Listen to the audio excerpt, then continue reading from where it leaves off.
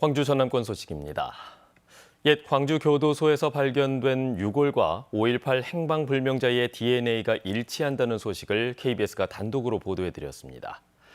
일치 여부가 확인된 한 구는 1980년 5월 당시 실종된 20대 남성으로 나타났습니다. 여기에 일치가 유력한 두 구 외에도 또 다른 암매장 시신이 발견될 가능성도 있는데요. 행방불명 신고자에 대한 전수조사가 필요하다는 주장도 나오고 있습니다. 양창희 기자입니다. 2019년 12월 옛 광주교도소에서 공사 도중 발견된 유골.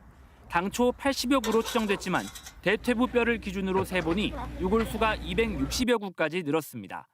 5.18 진상규명조사위원회는 지난해 유가족과 행방불명 가족의 DNA 채취 작업을 마치고 올해 유골의 DNA와 대조하는 작업을 본격적으로 시작했습니다. 기존의 STR, 즉 단순 반복 서열 방식에 더해 SMP, 즉 단일 염기 변형 방식을 도입해 정밀 검사를 벌였습니다. 시간이 오래 지난 터라 이 같은 정밀 검사가 가능한 유골은 160여 구로 좁혀졌고 현재까지 60여 구에 대해 비교 대조가 끝난 것으로 전해졌습니다. 이 가운데 한 구가 5.18 당시 행방불명된 20대 남성의 DNA와 일치하는 것으로 확인됐고 두 구는 일치가 유력한 것으로 나타난 겁니다. 옛 광주교도소에서 발굴된 유골 가운데 아직까지 100구가량은 정밀 검사와 대조 작업이 진행되지 않은 상황입니다. 여기에 암매장 유력 지점에 대한 발굴 작업도 진행 중이어서 추가로 암매장된 희생자가 확인될 가능성도 있습니다. 5.18 기념재단은 80년 5월 당시의 행방불명자와 암매장의 연결고리가 최초로 확인된 만큼 불인정 행방불명자에 대한 전수조사도 필요하다고 주장했습니다. 당시 현장에 있었던 그리고 본인의 의사와 무관하게 그런 끔찍한 일을 저지른 그런 계엄군들이 지금은 고백을 해야 될 때이다. 더 적극적으로 나서서 국회 이용빈 의원도 재단과 같은 의견을 내고 5.18 진상규명조사위원회 활동기간 연장에도 노력하겠다고 밝혔습니다. 5월 단체들은 또 정부가 행방불명자의 명예회복에 적극 나서야 한다고 주장했습니다. KBS 뉴스 양창입니다. 이번에 DNA가 확인된 5.18 행방불명자의 유골은 옛 광주 교도소에 묻혀있던 콘크리트 상자 안팎에서 발견됐습니다. 암매장과 행방불명자의 진실을 규명하기 위해서 왜 여기에 유골 더미가 있었는지 확인하는 것이 더 중요해졌습니다. 박지성 기자의 보도입니다. 행방불명자의 유골이 발견된 곳은 옛 광주교도소의 무연고자 묘지입니다. 묻혀있던 콘크리트 박스 안팎에서 260여 구의 유골이 나왔는데 이 가운데 행방불명자의 DNA가 확인된 겁니다. 법무부가 관리하던 무연고자 묘지가 아니고 유골도 무더기로 나와 5.18 행불자 관련성이 커 보입니다. 5.18 이후 교도소 내부에서 수차례 공사가 진행된 만큼 암매장된 행방불명자를 포함해 당시 발견된 유골들을 함께 모아놨을 수 있습니다. 당시 교도소 직원들의 진술을 들어보면 콘크리트 상자한 유골은 70년대 교도소 이전 당시 수습된 유골이고 5.18 행방불명자와 일치하는 유골은 상자 위 유골 더미에서 발견됐을 가능성이 큽니다. 이사 오면서 그때 이제 그 박스로 해서 한꺼번에 동명동들 그 시신들을 한꺼번에 박스로 해서 묻었다는 것 같더라고요. 1995년 검찰 수사에서 공수부대 장교가 약도를 그려 진술한 암매장 위치와 유골이 발견된 위치도 거의 비슷합니다. 이 때문에 아직 분석 중인 유골에서 행방불명자가 더 확인될 수도 있습니다. 거기는 공동묘지에다가 그 민간인들이 접근할 수가 없는 지역이에요. 그러다 보니까 시체 처리가 더 용이하게 할 수 있었지 않았겠느냐. 5.18 당시 광주교도소 내 민간인 사망자는 계엄사령부의 공식 발표로만 28명입니다. 이 가운데 지금까지 확인된 사람은 11명에 불과합니다. 5.18 진상규명조사위원회는 발견된 유골의 DNA 분석을 오는 11월까지 마무리할 계획입니다. KBS 뉴스 박지성입니다.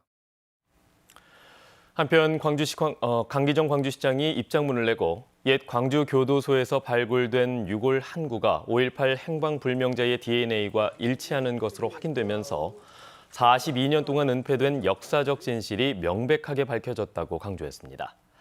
강 시장은 또 암매장으로 희생된 마지막 한 명까지 모두 찾아내기 위해 역량을 집중하겠다며 진실 규명을 위해 정부와 국회에 초당적 지원을 요청한다고 말했습니다.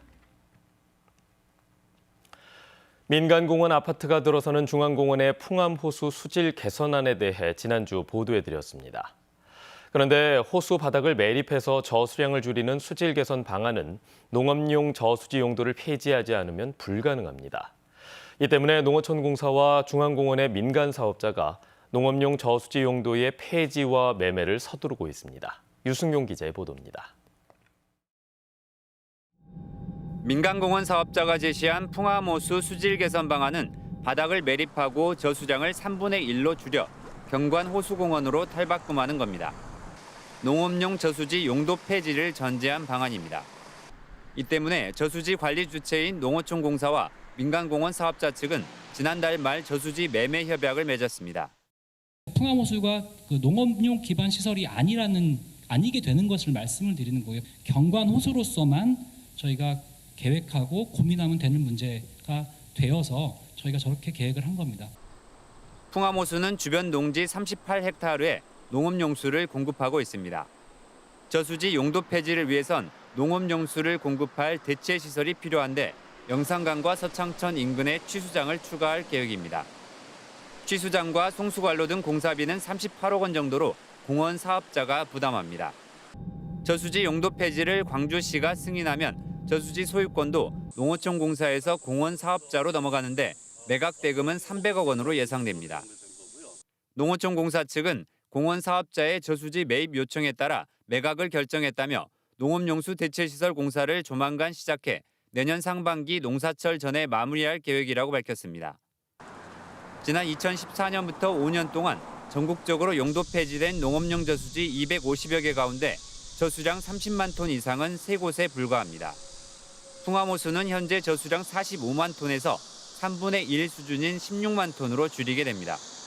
민간 사업자는 내년 상반기까지 풍암호수의 농업용 용도 폐지와 매입 등을 마무리하고 중앙공원 조성 공사를 본격적으로 시작할 예정입니다.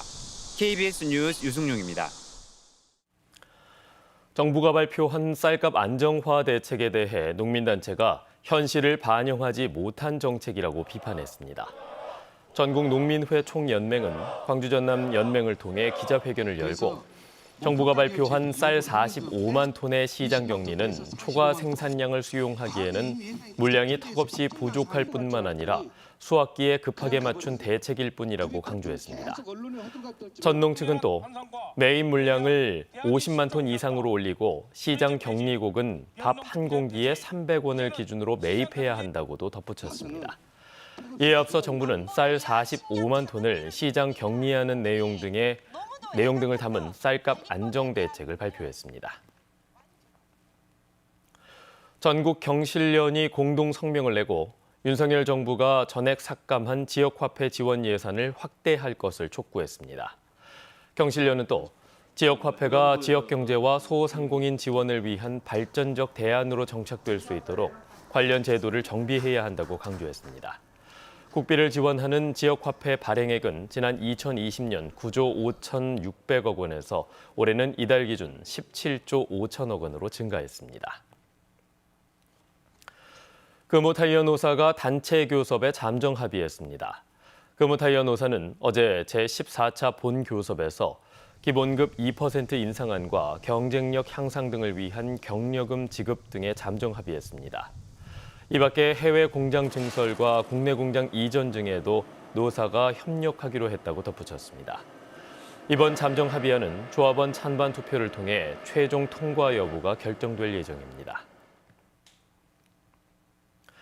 근로복지공단이 운영하는 순천병원의 직원들이 직무 역량 개발비를 부정한 방법으로 타낸 것으로 드러났습니다. 국회 환경노동위원회 전용기 의원은 순천병원 간호사 등 183명이 교육용 전자기기 등을 구입했다며 모두 8,700여만 원을 수령한 뒤 주문 취소 등을 통해 지원금을 부정 수급한 것으로 드러났다고 밝혔습니다. 이 같은 사실은 올해 초 근로복지공단의 자체 감사에서 적발됐고 공단은 해당 금액의 회수와 함께 해당 직원들에 대해 징계를 요구했습니다. 공익 기부금 납부를 미루고 있는 여수 해상 케이블카 사업자에 대한 행정 조치가 필요하다는 주장이 제기됐습니다. 여수시의회 박성미 의원은 보도자료를 내고 2014년 기부금 납부를 약속한 여수 해상 케이블카 사업자에 대한 기부금 납부 대신 여수시와 소송을 하고 있다며 강력한 행정 조치가 필요하다고 주장했습니다. 여수 해상 케이블카는 2014년 운행 시작 당시 오동도 입구 자산공원 주차장 시유지 사용을 조건으로 매출액의 3%를 공익 기부하겠다고 약속했지만 지키지 않고 있습니다.